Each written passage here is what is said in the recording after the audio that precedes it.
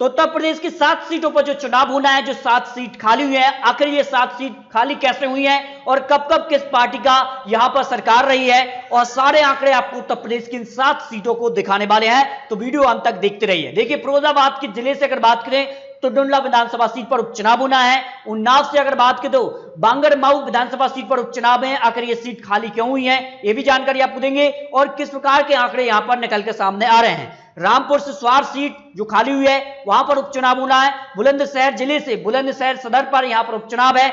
जौनपुर जिले से मलानी विधानसभा सीट पर उपचुनाव होना है। कानपुर नगर से घाटमपुर विधानसभा सीट पर उपचुनाव होना है।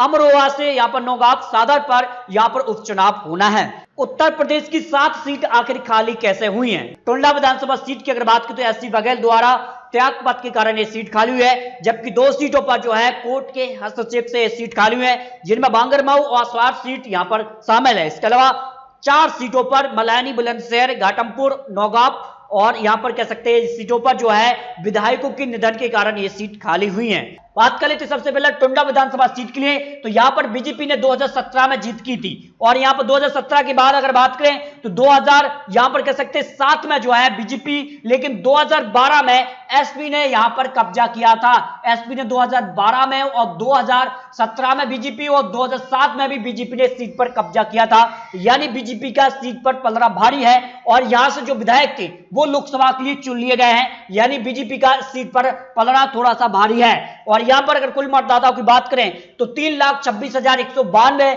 यहां पर कुल मतदाता आते हैं, लेकिन मतदाता तय करेंगे टुंडला विधानसभा सीट यानी उपचुनाव में किसकी यहां पर जीत होने वाली है। दूसरी विधानसभा सीट की अगर बात की तो उन्नाव जिले से बांगरमऊ विधानसभा सीट आती है, और यहां पर अगर बात की तो बीजेपी का 2017 में कब्जा था, और यहां पर कह सकते हैं बीजेपी ने इस सीट को एक बड़े अंतर से यहां पर जीता। इसके बाद अगर बात करें 2012 में एसपी ने यहां पर जीत दर्ज की थी, एसपी की जीत यहां पर हुई थी। इसके अलावा अगर बात करें 2007 में भी यहां पर कह सकते हैं बीजेपी ने अपना कब्जा जमाया था। बीजेपी ने 2007 और 2017 में बांगरमऊ विधानसभा जो थी सीट उस पर जीत दर्ज की। लेकिन वर्तमान में क्या कुछ हुआ है? वर्तमान में 2017 में जो बीजेपी विधायक हैं कुलदीप सेंगर, उन पर जो है दुष्कर्म का मामला है, और इस कारण कोर्ट ने सदस्यता रद्द कर दी। यानी बांगरमऊ विधानसभा सीट कहीं ना कहीं बीजेपी के लिए काफी कड़ी टक्कर हो सकती है। अगली विधानसभा सीट की बात करें तो अगली विधानसभा सीट रामपुर से स्वार सीट आती है, और यहां पर उत्तर प्रदेश के यहां पर भी उपचुनाव होना है, और उपचुनाव में किसकी होने वाली है जीत? देखिए, अगर बात करें आंकड़ों के हिसाब से 2017 में इस सीट पर जो है एसपी का कब्जा था, और एससी जो है बड़ी पार्टी मानी जाती है रामपुर के लिए, क्योंकि यहां पर अगर बात करें तो ज्यादा संख्या में मुस्लिम समुदाय आता है, और कहीं ना कहीं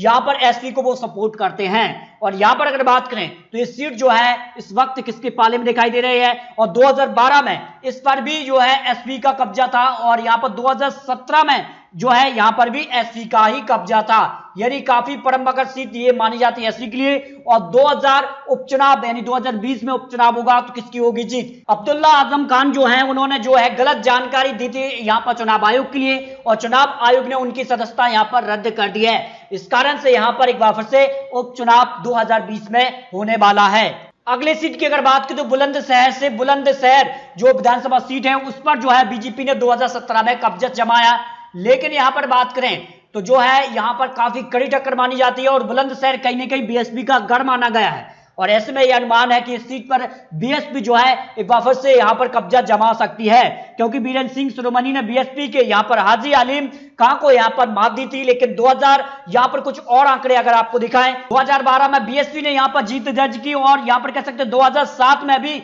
बीएसपी का ही कब्जा रहा था। यानी बुलंदशहर काफी टक्कर की सीट इस उपचुनाव में होने वाली है। इसके अलावा अगर बात करें मल्हानी विधानसभा सीट के लिए क्या कुछ आंकड़े निकल कर सामने आ रहे हैं। मल्हानी विधानसभा सीट की बात करें तो 3,33,683 को मतदाता यहां से आते हैं, और यहां पर अगर बात करें 2017, 2012 और 2007 में एसपी की ही यहां पर सरकार रही है। जहां 2017 में पूरे देश के अंदर कहीं ना कहीं मोदी लहर थी, मल्हानी वो विधानसभा सीट है जहां पर एसपी ने अपना कब्जा जमाया।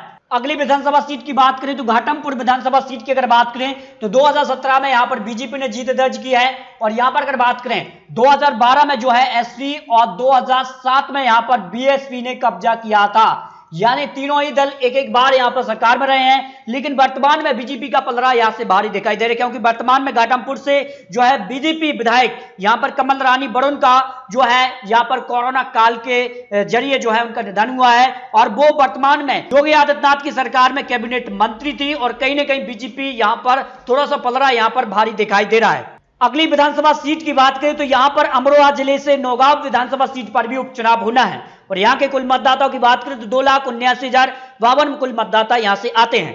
2017 विधानसभा चुनाव में यहां पर बीजेपी ने जीत दर्ज की थी, तो 2012 में एसपी ने यहां पर कब्जा जमाया था। लेकिन अगर यहां के कुछ आंकड़ों की बात करें तो यहां पर बीजेपी जो विधायक थे उन्हें यहां पर योगी आदित्यनाथ सरकार में कैबिनेट मंत्री बनाया था। कैबिनेट मंत्री चेतन चौहान का कोरोना से निधन हुआ, इस कारण से यहां पर उपचुनाव होना है, और उन्होंने एसपी को यहां पर मात दी थी। यानी यह उपचुनाव काफी महत्वपूर्ण होने वाला है। कुल 7 सीटों के लिए यहां पर जो आंकड़े निकल कर सामने आ रहे हैं। अब उत्तर प्रदेश की 7 सीटों के लिए जो यहां पर आंकड़े निकल कर आ रहे हैं, सारे आंकड़ों के बाद आखिर 7 सीटों में से किस सीट पर किसका पलड़ा यहां पर भारी दिखाई दे रहा है। यहां पर अगर बात करें बीजेपी से टुल्ला विधानसभा सीट के लिए जो लोकसभा के लिए यहां पर निर्वाचित हुई है, इस कारण से ये सीट बीजेपी आसानी से निकाल रही है, यानी बीजेपी इस सीट को आसानी से निकालती नजर आ रही है।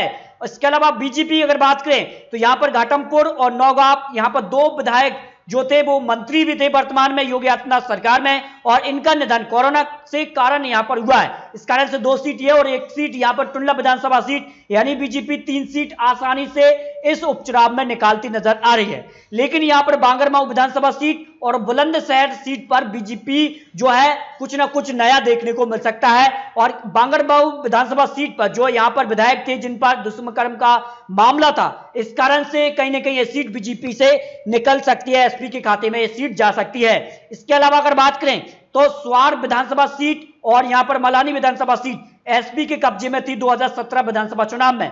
यहां पर रामपुर की जो विधानसभा सीट है वो आसानी से एक बार फिर से एसपी के पक्ष में जा सकती है, और मलानी विधानसभा सीट है वो भी आसानी से एसपी के पक्ष में भी जा सकती है। अब यहां पर बुलंदशहर और बांगरमाऊ विधानसभा सीट में से यहां पर कड़ी टक्कर देखने को मिल सकती है।